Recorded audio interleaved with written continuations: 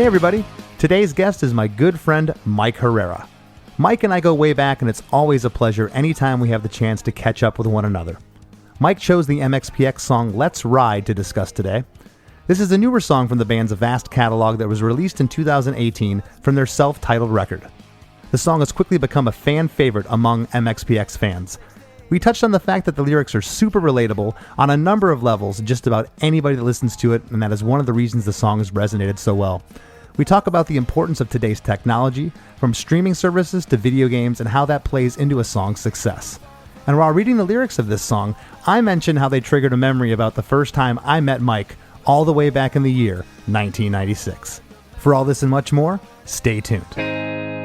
Hey, have you heard? Krista makes a podcast. Hey, have you heard? Krista makes a podcast. Hey, have you heard? Krista makes a podcast. Hey, have you heard?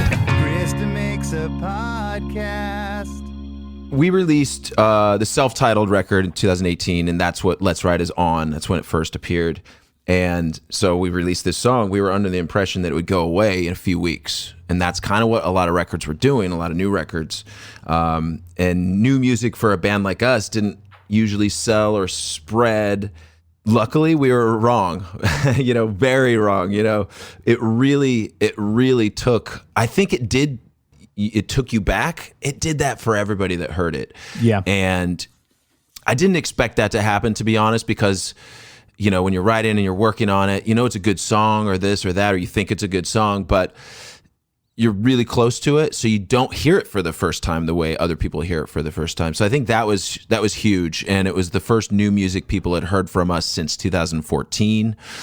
We had put out a couple singles, but that's more to the fandom. But what I mean is this is a wider release. Well, and yeah. To go back, the record prior to this was 6 years before, in 2012, Plans Within Plans. So you had a 6-year gap. I guess you did record some singles and whatnot, but that's a pretty big gap in the scheme of things. Was this song specifically written for the self-titled record, or was this a song maybe you wrote for Plans Within Plans, or shortly thereafter they kind of sat around, or was it a newer idea for the self-titled album? It was a newer idea. It was one that I wrote just in the middle of the whole writing process. And so 2017 was when I was writing and working on the record with the band. And I would just take a new song almost every week. We'd practice like once a week. It was an insane year. Like, we never practiced that much, right? So, but we got to practice about once a week, and just our schedules lined up, and I'd bring them about a new song a week, and we'd just be hashing out these songs, and some of them didn't fit right, or weren't quite right, and I would rewrite a part, and then boom. But there was some stuff to this that we changed up a little bit. The bridge wasn't the bridge until later, after playing it through with the band a little bit, and I think the pre-chorus was maybe originally the chorus, and I was like, I need a better chorus, and so I wrote the chorus of Let's Ride, and they're like, oh, okay, that's the one. That's the chorus. So that's something I didn't do back in the day. Like, back when I first started writing, I would write a song, and there's the song. And, and then you're like, let's write another song. So like this, of course, these days, I'll write a bit, and then I'll think about it, and I'll be like, something's not sitting right with me, and I'll go back and figure out what that is about it. But yeah, this song was a song that I came up with, the first line about the time that I turned 14, and that could go anywhere. That could be a country song, it could be anything. Sure. And I want to get into all that in a second. And you kind of started to answer some of my questions that I haven't asked yet with talking about the chorus and the pre-chorus, which is awesome. You went into that, and I do want to talk about that. But real quick, did you produce this record? Was it self-produced? I couldn't find that info out. Yes, it was self-produced with MXPX. Me and the guys, and Tom Chichilla, our manager. Right. He helped. He had a lot of input, but he wasn't ever in the room with us. It was more just like he would help. Like, I would send him a bunch of songs, and he'd be like, "Oh, I like this one. Or this one's, work on this." So a little bit of what a producer does. It sounds great. It sounds awesome. I think it stands up there with any of the major label records you did with name producers. I think it sounds awesome, and that's why I wanted to ask that. Mention one more thing. Casey Sure. Bates engineered, recorded, and mixed it. So I mean, he knows what he's doing as well. He's from Seattle, and although he didn't produce it, he had a big hand in the sound, and we kind of told him what we wanted it to be, and he's like, I like that. All right, let's do this. So. Okay, so you kind of started to touch on it, and we're going to go through all the lyrics here in a second. I want to break down the arrangement because I find the arrangement fascinating in this song, and I'll tell you why in a minute. But the song, when you wrote it, and you'd mentioned a moment ago, sometimes you'll, as an older songwriter, you've had some experience, you'll go back to a song and say, that's not sitting right with me. I want to do something. When you wrote the song, was the lyrics and the music done at the same time? Did it just kind of you wrote it and that's what it is, or did it go through any evolutions when you showed it to the band? It definitely went through some evolutions, but not much. Like it was more or less the progressions that I had written, but it was more about like where do we put this part and how loud do we play it, and but the way I write, a lot of times I'll come up with a lyric. And I might strum a chord. So about the time that I turned 14, that could be there without actually knowing that it's going down to the F sharp minor or whatever it is. F sharp minor. That's exactly what it is. So as if I don't know. So like I don't necessarily have all the parts right when I'm writing those first lyrics. It's just. But what I do is I iterate on it or reiterate on it, where I'll play that part. And I do this with choruses more, but I'll play that part and I'll just try lyrics and try doing the verse melody differently and see what kind of just fits. And if I can remember to do it again, even though I'm recording everything on voice memos, if I can remember to do that again, then I just start moving into what fits right for me. Okay. And sometimes that can be bad. If you're like, oh, I always do this one thing over and over, then you have to consciously think about that. But I try not to worry about that. It's all about what is fitting together, what's making sense. And the 14 thing sparked me, the age thing. And then I'm like, well, obviously I can go on. I can go to 16 and, and from there, you write a bunch of different numbers and then see what works, right? Like, oh, well, that 19 one works, but I don't know about the 21. Well, you mentioned a moment ago, and I want to tell you, you did a fantastic job of setting up this album and this song. I mean, you guys did a Kickstarter, which gets your fans involved. Let's Ride was featured on the Tony Hawk Pro Skater 1 and 2, the re-release of that, which that's huge. Okay. That's huge. That is huge. And this video on YouTube has 2 million views. That is nothing to sneeze at. And, I'll say it again. If this song was on one of your earlier records, it would be a classic now. It would. Absolutely. This song's awesome. I've said that on past episodes. The last Metallica record had one of my favorite Metallica songs ever. If it was on Master of Puppets, it'd be revered as a classic today. But Let's Ride doesn't have 25 years of memories attached to it for people. No matter how good the song is, it's tough to get people to want to listen to a new artist and or an older artist, with their newer music. And you guys seem to have accomplished that with this.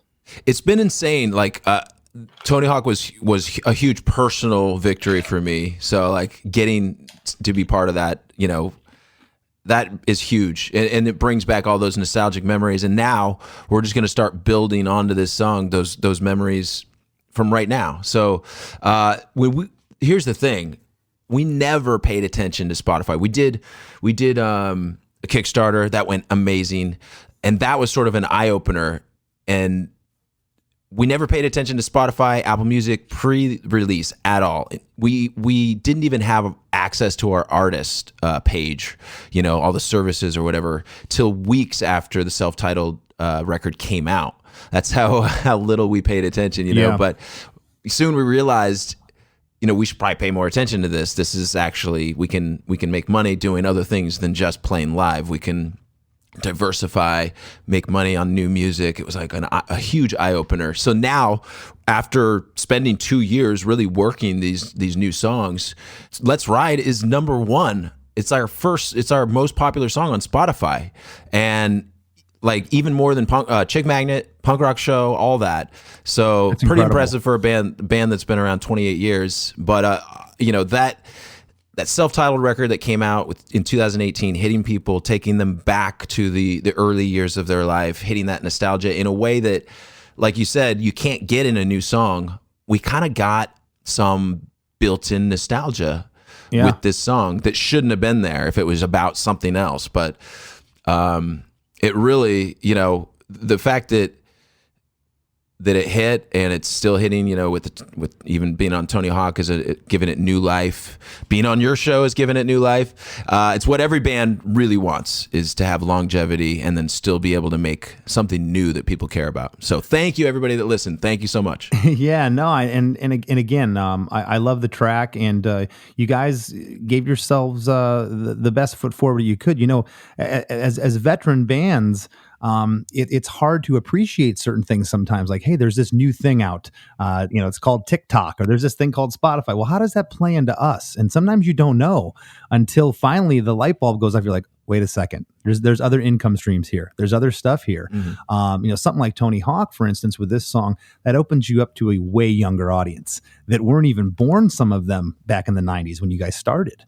And I know you're seeing that now as my band is, with parents bringing their children to the shows, and there's two and sometimes three generations with it, which is fantastic. So I'd like to get into the lyrics now. And, the first lyric you mentioned is about the time that I turned 14, which I love the second line because you rhyme 14 somehow with landscaping, the way you sing it. About the time that I turned 14, I got a job doing landscaping.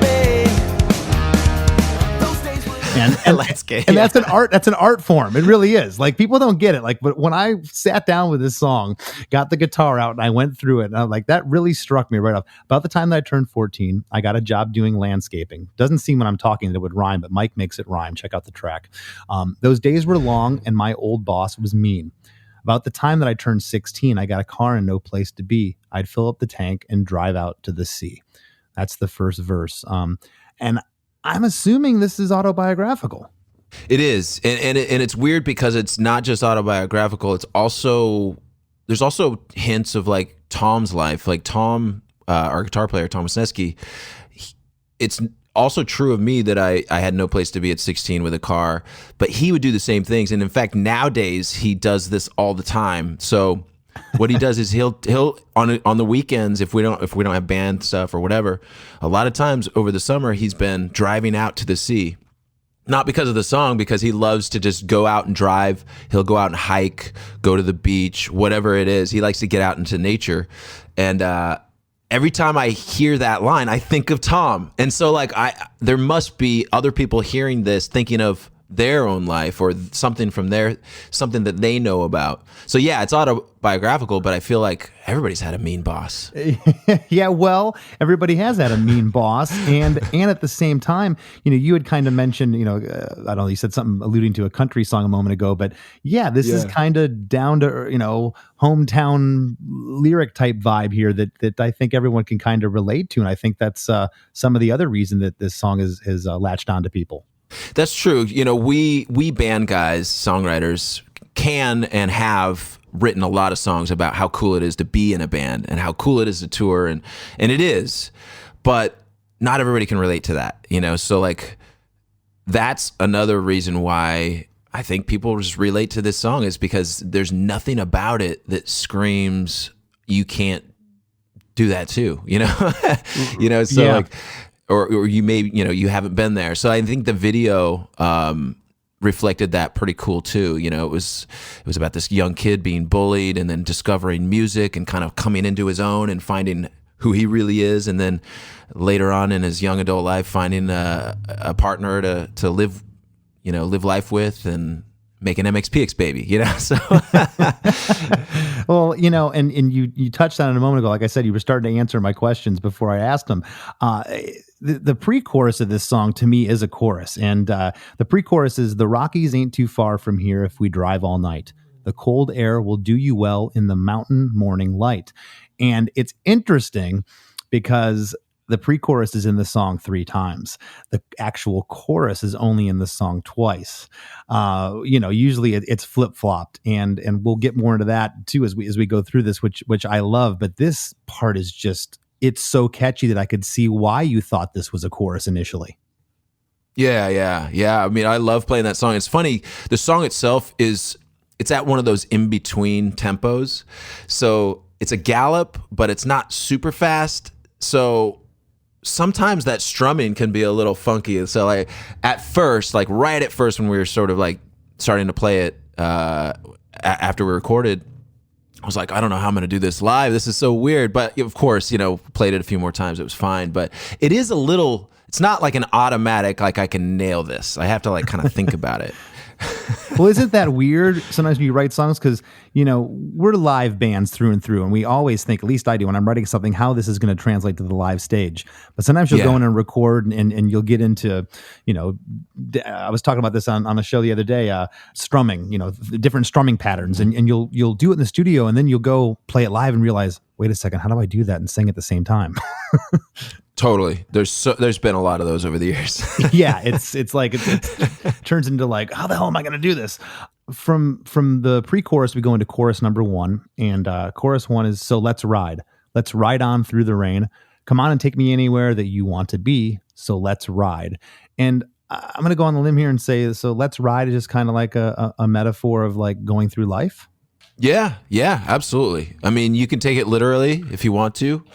I love riding skateboards. I love riding motorcycles, everything, but but no, it's a metaphor. I mean, it's everything. It's and that's maybe another reason why it hits people, right? Is because it's just such a simple term that you've heard before, but I'm kind of good at that, I guess, as a songwriter, taking the most simple things that anybody said but just hasn't necessarily been put in a punk song yet. Yeah, no, and that again, and that's like a bit of an art form to be able to do that and be able to be okay with a simple idea. The further I get in my career, I'm always trying to cram too much stuff into a song. Like, it can't be that simple. Well, sometimes you have to listen to what the song just wants to be. And yes, it can be that simple. Something else you mentioned a moment ago that I thought was interesting. You said, it's kind of that in-between beat. Because I almost feel like the one thing about this song, if it was released in the 90s, it might have been up 4 or 5 clicks. Yeah, maybe. Because we were all playing stuff too fast back then. And that was kind of the thing to do. But I think you guys nailed the tempo on this one. We get into the second verse. By the time that I turned 19 is the first lyric. And well, by the time you turn 19 is when I pretty much first met you. That was around the mid 90s. Yeah. Because I remember Absolutely. meeting you out in Seattle, and your mother was backstage, and I believe your mother was helping or managing your career at that point. And I remember thinking how young you looked. And I was only a couple of years older than you. But, you see pictures in magazines, whatever, and we had been listening to you guys, and we got to meet you. And I'm like, these guys are really young. And you were 19. Yeah. We were always the youngest band for a long time. No, it's crazy. When I read that lyric today, I immediately went back. I'm trying to think, was it DV8 we played with you guys the first time out there, or yeah, something that sounds right. DV8, maybe DV8 or one of the other. What was the other place? Rock Candy. I think it might have been Rock Candy. Rock Candy. Oh yeah. One of those places. And I remember your mom, and you didn't see too many moms backstage. Maybe a dad once in a while, but I'm like, whoa, his mom's here, and like, oh, she kind of helps with the band. Like, well, that's different, But yeah, not very punk. Well, it was. Yeah, I never got that from it. I just got like, that's strange. His mom's here, but that's kind of cool, like. And I actually remember thinking, it shows you how young I was, and I don't know if it was naive necessarily, but thinking like, wow, like these guys must really be onto something. Like if their mom's like hanging out with them, like she must think they're going to be like famous or something. That's the kind of stuff you think about when you're that young. Like my dad wasn't hanging out, like trying to manage the damn band. So by the time that I turned 19, I'd seen so much, and I was still green. It's taken me a time or two to learn the things I watch you do for me. There I was at 29. I can't believe I'm still alive. Though it was never easy, yeah. You and me were born to survive. And Who's the you in this? Well, for me, it's my significant other, but I think for anybody, it's just their person or their best friend or their brother or sister. Or it could be anybody. Yeah. So I wrote it for me, but I also wrote it for anybody. So that's kind of so. Chris, it's funny, Chris. Tom asked me that. He asked me, "Who are you talking about?" Because his mom passed away right around like a little bit before we were working on this record. And so I think also he kind of has a lot of memories of her when he hears this song, which is intense to think about, I'm sorry to hear that. I didn't know his mom passed. Oh.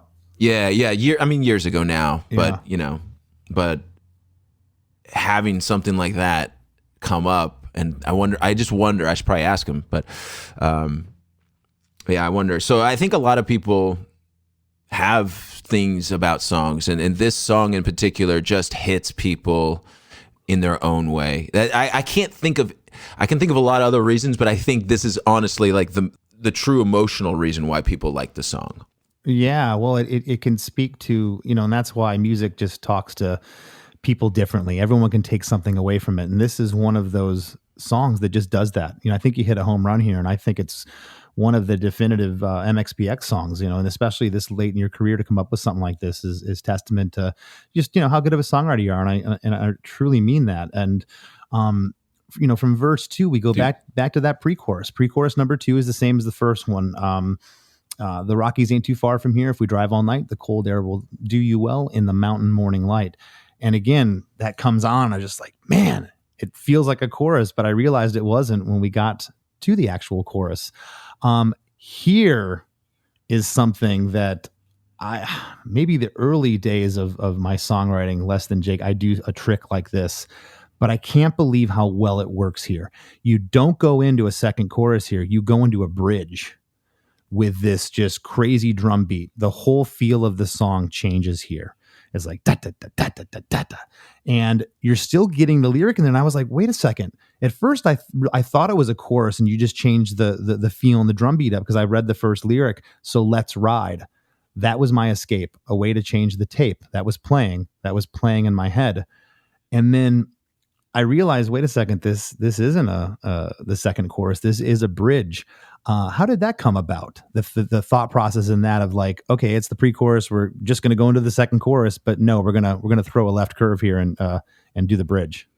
Mainly probably because the song was getting too long, so we're like, we gotta do something. It's a good answer. It's a good answer. Yeah. A lot of times I've done the pre-chorus, second pre-chorus to bridge. I've done it before, so to me it didn't seem that weird. I'll just go into these sweeping vocal kind of things, and I think that's probably just what happened with this bridge. Is I was looking to do something and I wasn't sure what to do, and just started playing it. And once I start playing it, I'll just keep going to where, like you as a songwriter probably know this. You just keep going to where you feel like it should go, but you don't know where it's going until you do it. So it's like that's kind of what happened with this bridge musically. Oh, I think it needed to happen too. That, like I said, the drums, the whole feel of it changes here, and that's what makes it so interesting and such a breath of fresh air. Not that the song was getting monotonous or in any way, shape, or form, but it was such a great departure. Thanks. Yeah, I think it needed to take you to a different place in order to like, okay, then come back down and end on that pre-chorus chorus. And immediately after the bridge, we go into pre-chorus number 3. And it's rare that you get 3 pre-choruses in the song, but again, this is almost like the baby brother to the chorus. It's like chorus number 2 in a way. And I'm so, I think it's so cool that it's in here. And I think it's warranted to be in here 3 times. Again, same lyrics. Why fix it if it's not broken? The Rockies ain't too far away from here. If we drive all night, the cold air will do you well in the mountain morning light. That's awesome. Was that the way the song structure was from the beginning? The bridge went back to that, or did you toy of going to the bridge to the chorus and not doing the pre-chorus again?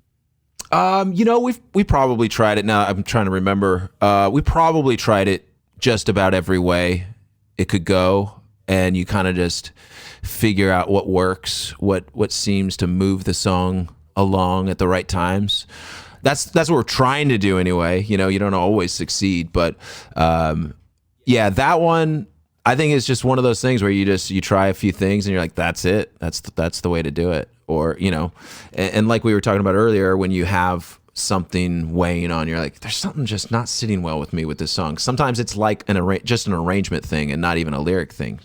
And it could be, we need to break down that chorus just a little bit, or pre-chorus just a little bit. Then you're ready to get back into that regular chorus part. But yeah, I agree with you that it is almost like a 2-part chorus. It really is, but it works perfectly. And I did want to ask Tom Chichilla, your manager. You said was he in the studio with you, or were you just kind of like sending him progress along the way to listen to? Yeah, we just send him progress. Oh, okay, like we'd practice, do some like practice demos. I'd be like, here's the new version. What do you think? That kind of stuff. So yeah, it was all pre-production stuff. Okay, so I know you had someone else. I believe you said Casey to mix the record. Yeah, Casey Bates came in and recorded and mixed. Oh, he did.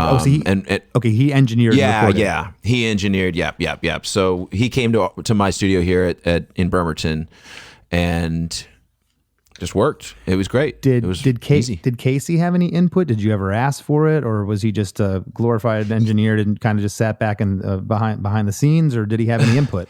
Because some guys, you know how that works. Some guys are very vocal, and you want their opinion, and other people, and they know their place, and they're not going to say anything. Yeah. He would have input now and again. For the most part, we knew what we were wanting to do already. But every now and then something you're like, oh, we hadn't thought of that, or now that we're hearing it, maybe we should do this differently or whatever. But yeah, sure. Like he'll be like input as far as let's do another, let's double this track, let's do that, like all of that. Yes, of course, he's great. And you stop taking the engineer's input when he suggests that Yuri should sing the song. That's when you're like, okay, dude, just shut up.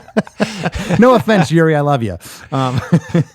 Now Yuri's playing bass on the next record, so there's that. That was the compromise. Full sleeve tattoos, lip rings. Chorus 3. Excuse me. Chorus 2. Oh, the last chorus of that's true. The last, yeah, we got pre-chorus 3, but we never have a chorus 3. Chorus 2 we come directly into after pre-chorus 3. The first half is the same. So let's ride on through the rain. Come on and take me anywhere that you want to be. Then it goes halftime again, but it's not the same beat as the bridge. Okay, it's like a different halftime thing with Yuri doing some really cool drum stuff. Let's ride and let's ride. Let's follow the skyline. And when we make it to the other side. And this is the only time in the song that it happens. Let's ride. Let's follow the skyline. And when we make it to the other side, we'll find all the bluest skies. And I love that it ends on the suspense chord C sharp. It never resolves back to G sharp. And I've always loved. I call it the cliffhanger. Set this up a little bit. What was the thought of, because typically here a lot of times you would just double the chorus, just make it twice the same thing. How did that other part come up? Was that something you were like, you know what, I don't want to double the chorus, I want something else to be different? Or had you maybe written this part to be the bridge or somewhere else in the song that it didn't work? Or was it all written how it is? That part was my Valhalla story in a way. It was sort of like I wanted to end it like that because I wanted to leave people thinking, I guess, about themselves, about their own life. And that's why it suspends like that. Also, suspending, not resolving a song can, not always, but can result in people wanting to just listen right again to the same song, to like, I need to hear that one more time. I've said that before. I don't know if anyone else is it. That's really cool that you say that, because I feel the same way. When I hear that, I call it the suspense chord, the cliffhanger. I want to put the song back on. Yeah. So it's kind of two parts, but yeah, leaving people thinking about death, thinking about mortality, thinking about in a good way though, not in a bad way, like not in a negative way. Like it's an uplifting part. It's, all we can do is hope for the best and work towards that. But Valhalla, meaning whatever it is you believe, if you believe in a heaven or whatever, hopefully you get there someday. That's the idea behind it. Right. Okay. Do you, when you were doing the record, did this song stick out amongst the other songs? Were you like, this is the lead single, the hit, the one that's going to touch people, or was it kind of just another song until it took a life on its own when you released it? It was one of four that I knew was like, okay, this is like one of the stronger ones. But honestly, Friday Tonight was probably what we all thought was going to be the single up until, I don't know, a couple weeks before before we released Let's Ride. But we thought Let's Ride or Friday Tonight, which Friday Tonight is number 3 on the record, and Let's Ride is number 4 on the record. So between those, we basically were like, okay, it's got to be one of these that will be the best song on the record, or the thing that people cling to. The fact that it was Let's Ride, it kind of became a little bit more clear as we started thinking about it. Once we saw the video, we were just like, this is definitely the best way to tell the story of what we're doing right now. Self-titled record, MXPX, and fans, And when you say we, was this besides the 3 of you in the band, was this management and everybody else close to you that was hearing the track felt the same way? Yeah. It was the band and Tom Chichilla basically trying to figure out, okay, what do we do? Because we were, we had the record on Kickstarter, and that was great. And so it was up to us completely to release it and figure out what we were going to do. Because on Kickstarter, we said, this is an independent release. We're going DIY.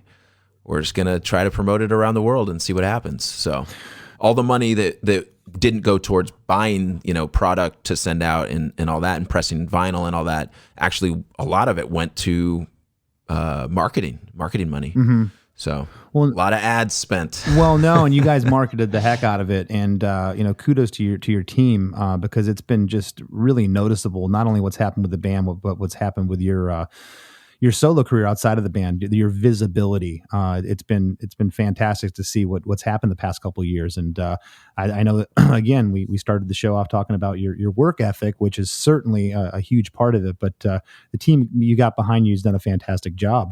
And you and I have talked about that. And it's been awesome to watch. When you went out to play this song, do you remember the first time that you played it live and what the audience reaction was? Yes. It was, I think it was Los Angeles or something like, maybe the Troubadour. I'm not sure exactly which was the first show we did after our record came out, but it was like definitely a Southern California show. It's been insane. I mean, people are singing the lyrics and you're like, oh my gosh. When people come up to you and say, my mom watched the video or my grandma watched the video, it's like your 19-year-old so self funny. wants to smack them and yourself.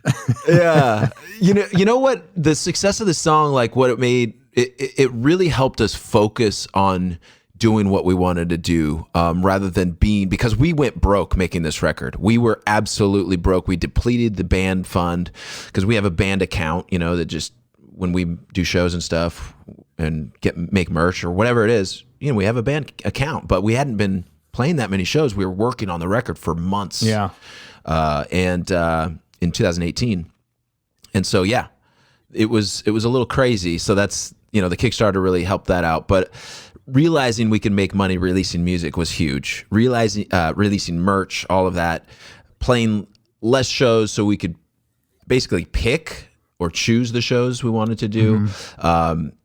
In a way that works with our schedules. It made us realize we can make money in multiple places rather than just always touring. I mean, we love to tour, but man, you get so run into the ground sometimes. You just need to take a break a little bit. But so our schedule was by design, not desperation. So in turn, it helped us enjoy being a band. I've never been closer to Tom and Yuri than we have been in the last, 3 or 4 years. And that, making this new record and the success of the record really, really made a huge difference. If it's like a bummer and nobody wants to hear your music, the band's going to be a little less enthusiastic about hanging out with each other and going out and playing shows, you know? Well, or creating a new record. I mean, ultimately, we make music as artists for ourselves, but you know, you want your fans to like your music. Ultimately, they liked all your early stuff. You know, at least I think I'm getting better as a songwriter and as a performer. I want them to like the new stuff. So it is a little intimidating, and it's always for me. That's why I asked you. If you remember the first time you played Let's Ride. That first time I ever play a new song, I don't know what it is. It's always nerve-wracking. And once I do it the first time, then it's fine. No matter what the audience reaction is, if they're, you know, taking off for the exits or if they're singing every word, it's that first time is always just like, I'm like, you know, 10 and 2 clutching the wheel type thing. Yeah. What if you could see audience like reactions as thought bubbles in there, you know, coming out off of people's heads, like you would like on a video or something. These guys were so much better in the 90s. It would be mostly love, but you would have like one like, or it'd be like a crap face or something, a poop face. Yeah. I don't know. We don't want to know what you're thinking. I gotta get up early. Can't they just play Chick Magnet? Yeah. I mean, I went to Tom Petty and I didn't know his new songs nearly as well as, you know, his classics, but I would never ever think to like yell out, play Free Fallin', you know, whatever. Yeah, Free Fall. I was gonna say Free Bird. I think that's not a Petty song. But there were people in the audience yelling like, come on, play what song we know or whatever. It's like, dude, come on. Yeah, give the guy a break. So he's a legend. Exactly. Other thing I want to touch on real quick in the song, Chord Arrangement. Was the song ever, when you initially wrote it, was it more straight? There's a lot of accidentals in this song, and I've never talked about accidentals on the show. I'm trying to explain in my mind right now to the listeners. It's basically holding a chord and taking one of your fingers and going over a half step, and there's a ton of that in this song. Was the song written more straight, and that was something that came later, or was the chord progression always kind of that? No, I think that was the chord progression. I write a lot of accidentals, and thank you for naming that because I never knew it was called an accidental. I learned that from Roger about 20 years ago, and I never forgot it. So, wow. Yeah. It's funny. Tom always says that because I taught him, basically when he joined MXPX, I taught him how to play guitar. I was like, all right, here's a minor chord. He's like, oh, okay. So, but yeah, a lot of the things like that, I would show him an accidental and I wouldn't tell him it was an accidental because I didn't know. I would just say like, I heard these are called devil chords. Yeah, and that's a good why term. we call them devil. Yeah, because you can do them with doing the devil sign, like with your fingers, with your hand. So you can do the chord with your first finger and your pinky finger. Yep. And then the two are up. Yeah, that makes a lot of sense. Devil chord. But yeah, I mean, obviously, like, and then later on, I was like looking at, I don't know, I was looking at like maybe a Beatles lyric chord sheet, and I would see, okay, so, you know, G over G sharp, or sorry, G over G flat, or I guess that would be F sharp, same thing. But that's how you would write an accidental, or at least on a chord chart. Mm-hmm. But it was never called accidental there either, or at least what I was reading.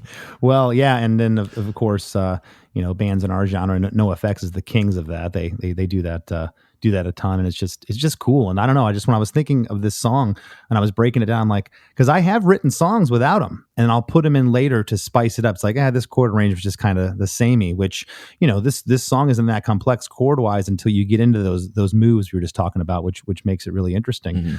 Mm-hmm. Well, you know, look, we're going to wrap up here in a minute. I just want to thank you for taking the time to talk to us. I can't say it enough. You know, I've loved you and your band for, 25 years now or longer. But I really, really love this song, and I'm so stoked that you picked it. I think it's one of the best songs you guys have ever written. Dude, thank you so much, man. That blows me away. I appreciate it. And I respect you as a songwriter. You're insane. So, well, I mean, thank you. That means a lot. Is there anything you'd like to leave the listeners with of everything that you have going on, either Mike Herrera solo or MXPX? Well, dude, we've been kind of toiling in secret a little bit, and it just so happens this Friday, October 16th at 6:30 p.m., MXPX is going to host a live stream show, full band show from the studio here. It's going to be so much fun. I can't wait. And we've been working on it and building this thing for like a month or two. It's been insane. Awesome. So thank you. Congratulations. Are you going to play Let's Ride? We're gonna play Let's Ride 3 times now. You gotta play it, man. If the listeners, gotta play Let's Ride. That's great. And is this your first live stream within for the year within the pandemic? Yeah, it's our first full band live stream. I did a bunch of solo live streams for Life in Quarantine sessions right when the pandemic hit, and that was a lot of fun. But we just, we knew that things weren't going to be over just yet, and we could take our time and build something. So I literally just built.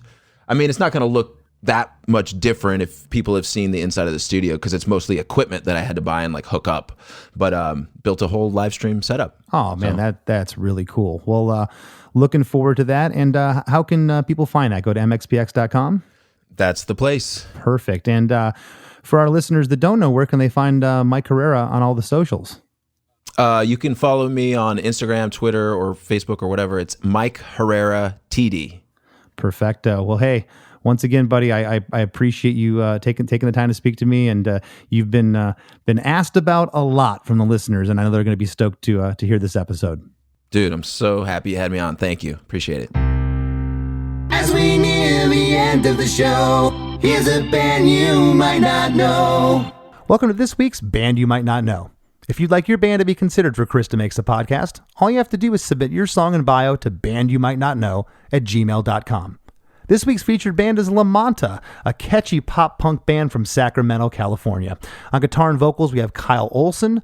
Also on guitar and vocals, Steve Smith. On the drums, Jason Chase. And on the bass, Scott Westerink. Here's a snippet of their song, Be There or Be Square, slowly going the way of Mark Ruffalo.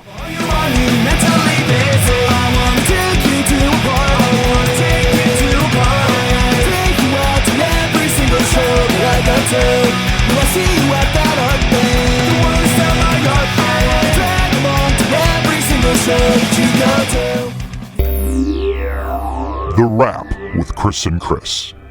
So before I even get into the song itself, I want to stress how cool it is that a band that's been around and been so good for so long, like MXPX, could release one of their most popular songs this far into their career. Oh, it's remarkable. I even mentioned it to Mike in the episode. Just they really gave themselves their best foot forward with this. Doing a Kickstarter involves your fans, so the fans had a vested interest getting on the Tony Hawk Pro Skater game. Just all of that combined, the fact that the song is just vintage MXPX sounding, it was like lightning in a bottle for them, and good for them. I love the track. Dude, this song is great, and I'm kind of ashamed to say this, but I hadn't heard it before this. It's from 2018, and me, who admittedly listens to a lot of R&B music and pop music nowadays, didn't hear this song before that, but man, am I glad I did now, because like you said, this is vintage MXPX song written now, and I agree that this is one of their best, if not their best song.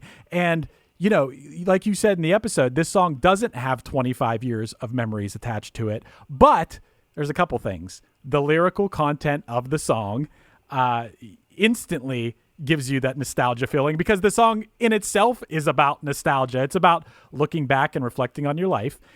So that taps right into that feel, even if you don't have those memories attached to it. And on top of that, it sounds like MXPX, but just the very best of MXPX. They didn't try to do a whole new style or anything. They just took the style they're good at and put their best foot forward with it in 2018 and made what I believe is one of their best songs ever.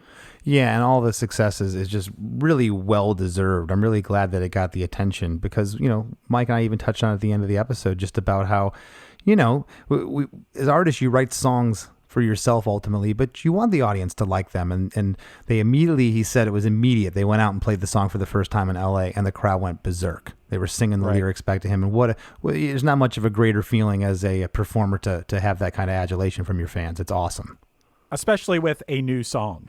Right. You expect that from older songs, but from a new song, that's not something that always happens. It takes a few years. It takes time for people to live through that song and with that song and have that song playing throughout a summer or something like that, or whatever it is, or have it playing through an important time in their life. And so that takes time.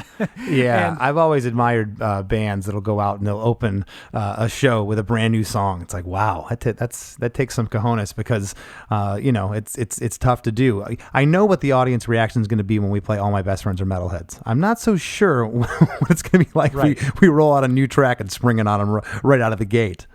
Right. Mike touched on this in the episode, and you talked about it too, is we all do this. Everyone in a band at some point has a song about being in a band. I know it's unavoidable, because that's what you're living. You're speaking your truth through your songs. But there's only a small percentage of people that can relate to those type of songs. So when you have a song like Let's Ride that literally anyone can relate to, you know that it's going to have more of a mass appeal.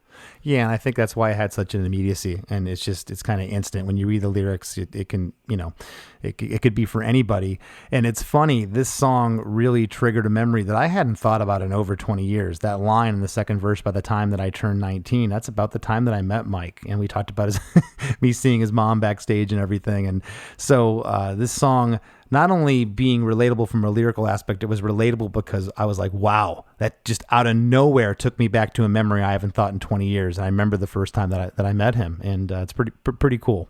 Hey, one other thing that I wanted to touch on in here, which is really funny. It's a funny conversation to have in the year 2020, is talking about album track listing and position of the songs on an album. And why I say that is because now we're living in the age of singles, and we're living in the age of streaming. So now it seems like people don't think about that as often. That was so important when our bands are starting, up until streaming really took over and singles became the thing. That was important. And what is funny is that song 3 and song 4 on the album were 90% of the time, those were the singles. And I guess my question to you is, why? Why wouldn't song 1 and 2 be the singles? Or why wouldn't it be an order of like, oh, we're going to release this song first? That's song 1. Why was it 3 and 4? Do you know?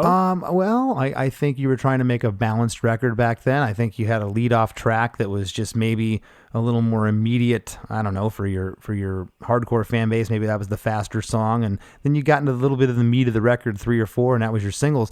But what you just said is happening now. Now you're front-loading records. We just had, Less Than Jake had this conversation with our label about our new album. You're front-loading your records. So the first song on down is your strongest tracks, because they know that if people are streaming and they start with a record, that at this point, they hope they make it to track 2 or 3, because people's attention spans aren't what they used to be. Music is free now for the most part. It's easily accessible through multiple platforms, and you click on a song, I don't like this one, next. So now you're front loading albums with the best. But I kind of agree with you. I that's a really good point of back in the day. You would have thought that here's the first single, it's the first track on the record, but it typically was 3, 4, 5. Right. And it's funny that you said this, and I know that Punchline did it like crazy. I know Less Than Jake did it, but those first songs that might not be like a radio single, but they are just like in your face. Punchline did that so much. And so many of our first tracks on our albums are like fast, punk rock, like really in your face. I know, think about Hello Rockview. You guys come out with Last One Out of Liberty City is just in your face, and it's awesome.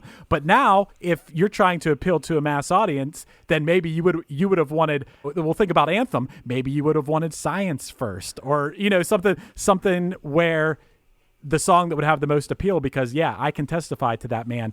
Track 1 now on the last couple Punchline albums it's always the track with the most Spotify plays. Because that's the first one they're hearing. Yeah, absolutely.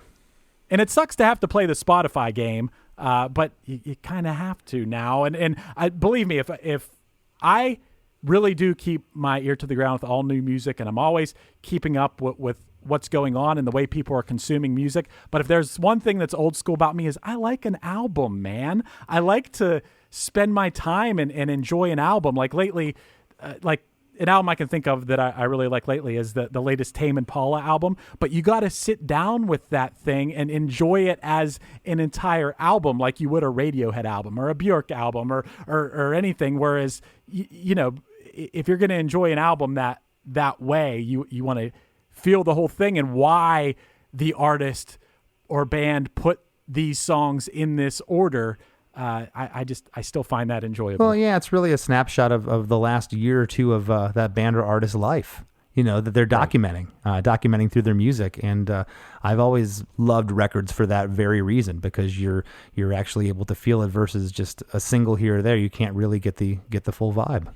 Yeah, man. And speaking of the full vibe, we've been getting all kind of good vibes around here, thanks to all the listeners of Chris DeMakes, a podcast. And the reason for that is because of the generosity of the people that listen. And go to ChrisDeMakesADifference.com and contribute to our monthly charities. Last month, it was Big Brothers, Big Sisters of the Laurel region, and you guys absolutely killed it. And this month, it's Gilda's Club Middle Tennessee, which is an awesome charity that Chris can tell you about right now. Yeah, Gilda's Club Middle Tennessee is a cancer charity, and this one's near and dear to my heart. Matt Yonker, the drummer for Less Than Jake, his wife Allison, has been working with Gilda's Club for over 15 years. And again, please go to ChrisDeMakesADifference.com. It'll link to their site where you can donate. I know cancer affects pretty much everybody in the world that I've ever met or known. Their families have been affected somehow, some way by cancer. So if you could donate, that would be absolutely fantastic.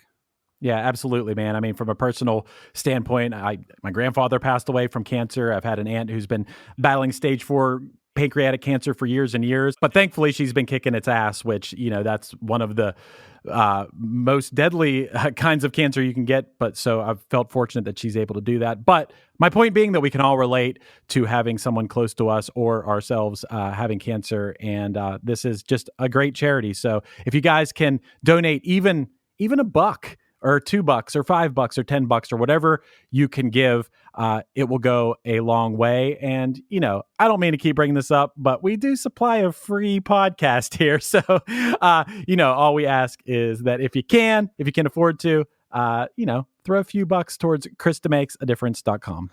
We would really appreciate it. And so many great things happening here in the month of October. I just want to give another mention that Less Than Jake, we announced our new record, Silver Linings, on October 1st. The record will be coming out on December 11th. You can go to Pure Noise Records and get all the associated bundles and everything with the record. Our first single and video is up. It's called Lie to Me. And can't wait for everybody to hear the rest of the record. The feedback has been amazing so far. I want to thank each and every one of you. And if you could, I am having an absolute blast producing your songs and collaborating with you live via one-on-one Zoom sessions. So please hit me up at chrisdemakes@gmail.com and we'll work on your tunes. I would love that. And if you haven't already, please join our Facebook group, Chris DeMakes a Podcast Facebook group. It's free to join. We'd love to have you be a part of it. Lots of great interaction and fun in there. And if you haven't subscribed to this podcast yet, please do. And please leave a review. Chris loves reviews. I absolutely love them, and I love sending you a text with a screenshot of a great review from iTunes. It's exciting to me. And I would like to say one more thing. I can definitely vouch for the quality of the new Less Than Jake album, and I can do that because I've been putting together some lyric videos for you guys for some of the songs. And despite the fact that I now hear these songs over and over and over and over while I make the lyrics dance on the screen, I'm not sick of them yet, man. In fact, I like them more and more, and now I know the words to a couple songs on the album. So everybody's going to be psyched about this album. I can tell you that for sure. And I didn't even pay Chris to say that. Thank you, Chris. You're paying me to do the lyric videos. Right on. Well, hey, thanks to each and everyone out there for listening, and we'll see you next week.